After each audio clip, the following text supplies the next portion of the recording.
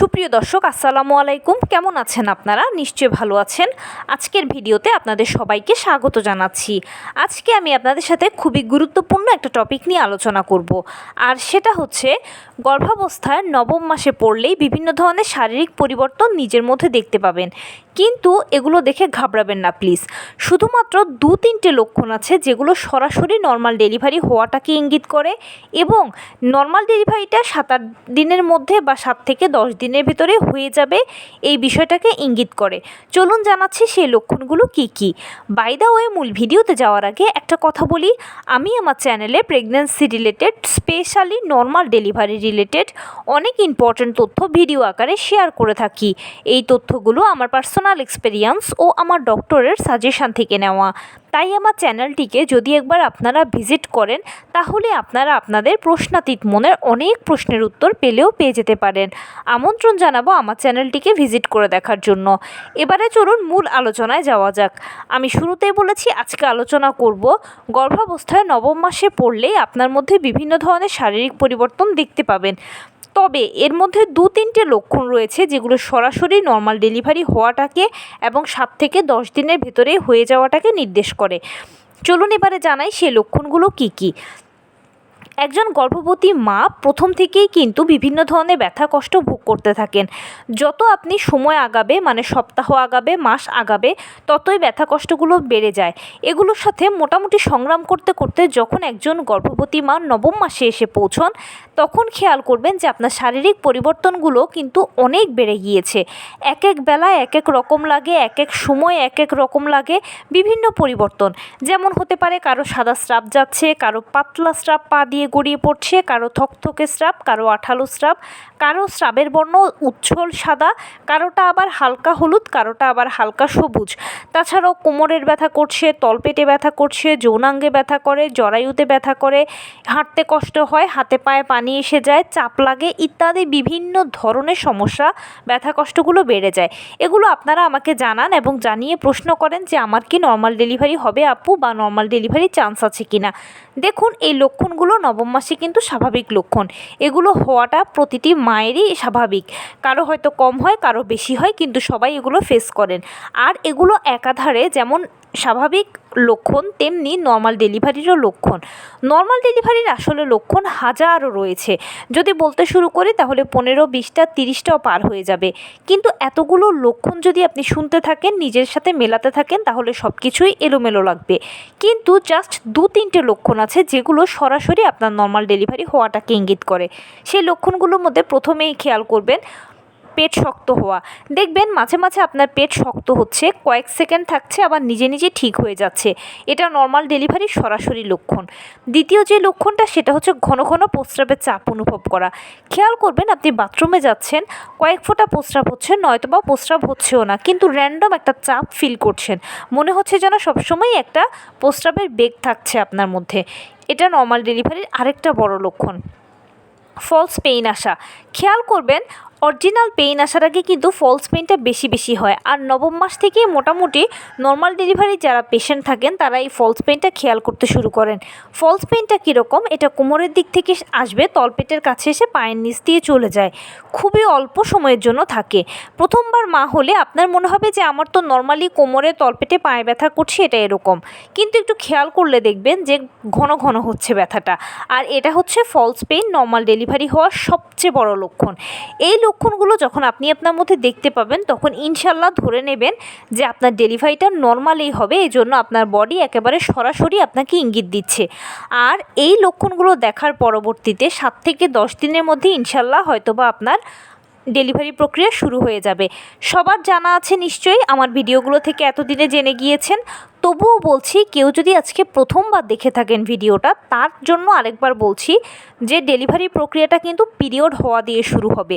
পিরিয়ডের প্রথম দিন যেরকম আমাদের হালকা বাদামি বা হালকা গোলাপি বর্ণের স্রাব যায়, এখানেও ঠিক সেরকমই এই লক্ষণগুলোর মধ্য দিয়ে চলতে চলতে হঠাৎ করে একসময় দেখবেন, যে কোনো সময় যে কোনো মুহূর্তেই খেয়াল করবেন যে আপনার এই বাদামি স্রাবটা যেতে শুরু করেছে বা পিরিয়ড শুরু হয়েছে।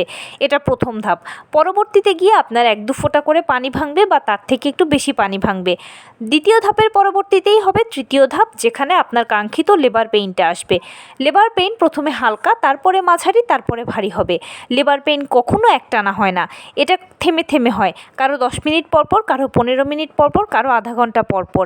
পেইন যত বাড়বে ততই আপনার জরায়ুমুখ 4 সেন্টিমিটার খুলবে।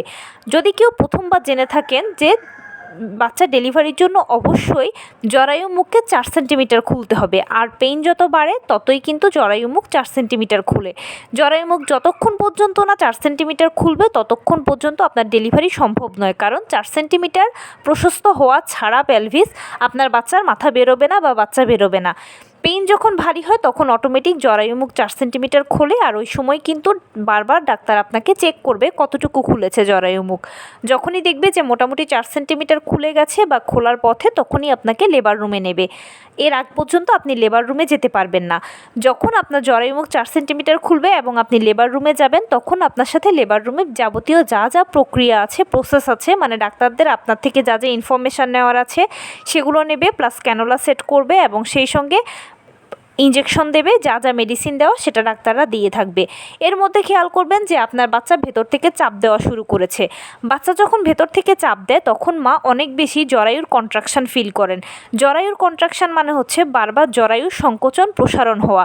মনে আছে আমি শুরুতেই বলেছিলাম যে নর্মাল ডেলিভারির সরাসরি যে লক্ষণটা সেটা হচ্ছে মাঝে মাঝে পেট শক্ত হওয়া, ছেড়ে দেওয়া। এটা জরায়ুর কন্ট্রাকশান, আর ডেলিভারি প্রক্রিয়ার সময় কিন্তু এটা বেশি বেশি হবে। এটা এত ঘন ঘন হবে তখনই আপনার বাচ্চা আস্তে আস্তে নিচের দিকে নামবে। ডাক্তাররা যখন দেখে যে বাচ্চা নিচের দিকে নামছে তখনই মাকে বলে যে মা চাপ দিন। ওই সময়টাতেই মাকে জোরে জোরে চাপ দিতে হয়। মা যখন জোরে জোরে 2-3টে চাপ দিতে পারবেন তখনই আপনার বাচ্চা অনায়াসে বেরিয়ে চলে আসবে। মাথাটা একবার বেরিয়ে গেলে বডিটা ফট করে বেরিয়ে যাবে, আপনার আর কোনো কষ্ট হবে না। এবারে আরেকটা কথা বলে রাখি, সেটা হচ্ছে যে সাইড কাটার প্রসঙ্গে অনেকের মনে হতে পারে যে সাইড কাটার বিষয়টা নিয়ে বললে ভালো হয়। সাইড কাটা আসলে সবার লাগে না। যাদের পেলভিসটা সময় মতো প্রসারিত হয়ে যায় তাদের সাইড কাটা লাগে না, আর যাদের পেলভিসটা সময় মতো প্রসারিত হয় না তাদের কিন্তু সাইড কাটা লাগে। মানে হলো আপনার বাচ্চার মাথাটা হচ্ছে 10 সেন্টিমিটার, এখন আপনার পেলভিসকে 10.5 থেকে 11 সেন্টিমিটার প্রশস্ত হতে হবে। যেই মায়ের পেলভিস 10.5 থেকে 11 সেন্টিমিটার প্রশস্ত হয় সে মায়ের সাইড কাটা লাগে না। আর যে মায়ের পেলভিস 9-9.5 সেন্টিমিটার প্রশস্ত হয় সে মায়ের তো অবশ্যই সাইড কাটা লাগবে, কারণ 10 সেন্টিমিটার মাথাটাকে আমরা যদি 9 বা 9.5 সেন্টিমিটার পেলভিস দিয়ে টানাটানি করে বের করি তাহলে আপনার বাচ্চার ঘাড়ের যে দুপাশের রগগুলো আছে এগুলো ছিঁড়ে যাওয়ার সম্ভাবনা থাকে। এছাড়াও আরেকটা বড় সমস্যা হচ্ছে বাচ্চা তো চাপ দিচ্ছে বেরোনোর জন্য, আপনিও চাপ দিচ্ছেন বের করার জন্য। এখন জায়গাটার উপরে কিন্তু প্রচণ্ড প্রেশার পড়ছে। সো যদি এখানে সাইড কাটা না হয় তাহলে কি হবে, প্রচণ্ড প্রেশারে আপনার যৌনাঙ্গের পটটা এবড়োথেবড়োভাবে ছিঁড়ে যেতে পারে, আর এতে সবথেকে বেশি কষ্ট আপনি পাবেন। কিন্তু আলতো করে যদি ডাক্তার হালকা একটু সাইডটা ছেটে দেয় তাহলে আপনার যৌনাঙ্গ বা অংশটাও ভালোভাবে সেভ হলো, আপনার বাচ্চাও ইজিলি বেরিয়ে চলে এলো, তার কোনো ক্ষতি হলো না। তাই যদি কারো সাইড কাটার প্রয়োজন হয় অবশ্যই ডাক্তারকে সাপোর্ট করবেন, এটা আপনার ও আপনার বাচ্চার জন্য ভালো। চিন্তা করবেন না, সাইড কাটার সময় অ্যানেস্থেশিয়া ব্যবহার করা হয়। এটা এক ধরনের লিকুইড অ্যানেস্থেশিয়া, জাস্ট তুলো দিয়ে ঘষে দেওয়া হবে সাইডটাকে। কখন ডাক্তার সাইড কাটছে আবার কখন সেলাই করছে আপনি কিছুই বুঝতে পারবেন না, কারণ দুক্ষেত্রেই অ্যানেস্থেশিয়াটা ব্যবহার করা হবে।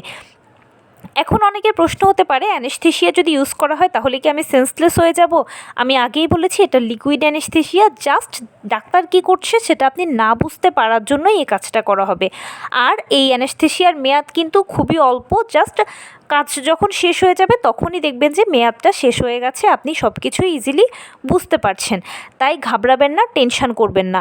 আর এই সব কথাগুলো কেউ যদি প্রথমবার শুনে থাকেন তাহলে প্লিজ ঘাবড়ানোর কিছু নেই, ভয় পাওয়ারও কিছু নেই। আপনি হয়তো বা প্রথমবার মা হচ্ছেন কিংবা আমার ভিডিওটা প্রথমবার শুনছেন সেজন্য আপনার ভয় লাগছে, কিন্তু বিশ্বাস করুন আপনি যখন বাস্তবে যাবেন, মানে আপনি যখন ডেলিভারি প্রক্রিয়াটাকে ফেস করবেন তখন একের পর এক ধাপ এমনভাবে অতিক্রম হতে থাকবে যে আপনি নিজে অবাক হয়ে যাবেন, সম্পূর্ণটা ম্যাজিকের মতো লাগবে আপনার কাছে। আমি বলছি আপনি শুনছেন এই জন্যই জাস্ট ভয় পাচ্ছেন। ভয় পাবেন না প্লিজ, ভয়টাকে আমাদের জয় করতে হবে। আমরা নারী, আমরা সব পারি। আর তাছাড়াও আপনার নিজের ভবিষ্যতের ভালোর জন্য, বর্তমানের ভালোর জন্য, সন্তানের ভালোর জন্য আপনাকে পারতেই হবে, কারণ মা তার সন্তানের জন্য কী না পারে।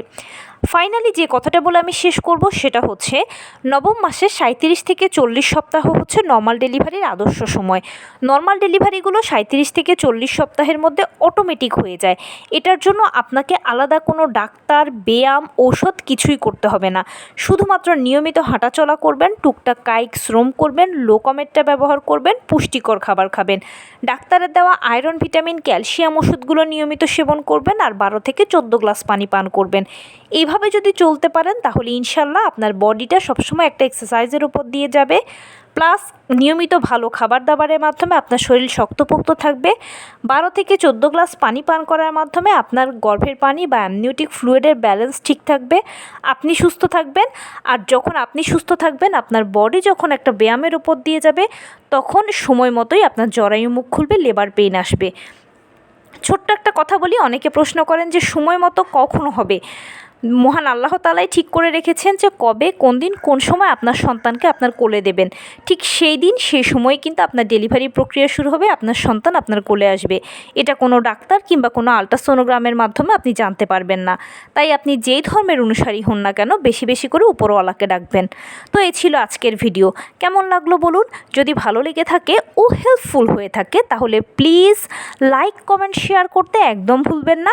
আর সেই সাথে আমার চ্যানেলটিকে সাবস্ক্রাইব করার বিনীত অনুরোধ রইল। পাশে থাকা বেল আইকনটি ক্লিক করে দেবেন যেন আমি ভিডিও আপলোড করার সাথে সাথে আপনারা নোটিফিকেশান পেয়ে যান।